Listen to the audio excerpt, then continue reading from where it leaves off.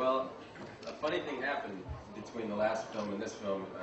We had a daughter, so we had a baby who was a reason for me to not go to the gym, but to go home at the end of work. So by the end of the movie, the end of the shooting schedule, I was wearing this jacket, and the zipper I kept putting it up higher and higher.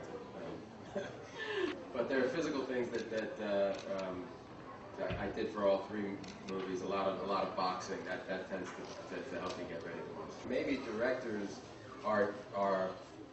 see an opportunity to play against that look, you know. But you would have to ask the directors. I mean, I know that was a conscious choice for some of them. For Anthony Minghella, for instance, in The Talented Mr. Ripley, he liked that I had very classic American looks, and he wanted to, you know, subvert that. And so yeah, I think that sometimes, you know, I think I've gotten great roles, more interesting roles because of that. Because I'm often asked to play characters that appear to be one thing but are another. Okay. Yeah, no, I'm not in Star Trek. No, pas Star Trek, c'est sûr. But no, I always, as an actor, you tend to be more reactive.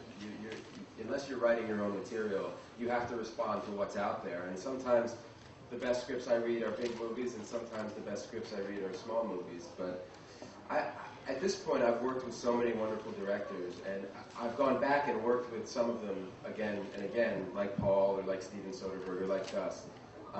And I'm very happy working with them. I'm actually going to do a small part in Gus's next movie,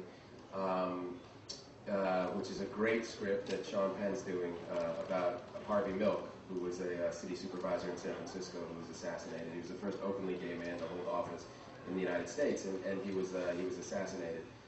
This is back in the 70s. But so I'm going to do a small part in that, which will be great to see my friends again.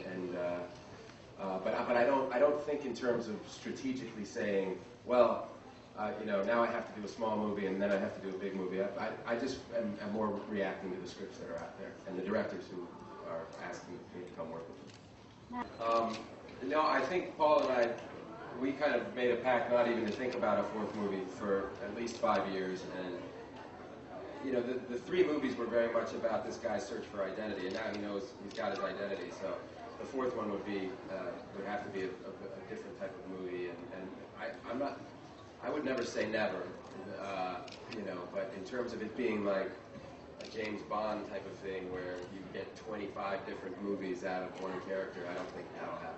It won't happen with us. I mean, they could keep the Jason Bourne character and have another actor go on new adventures as Jason Bourne, but for us, I mean, there's a possibility maybe 10 years down the line that we might do one, you know, but not a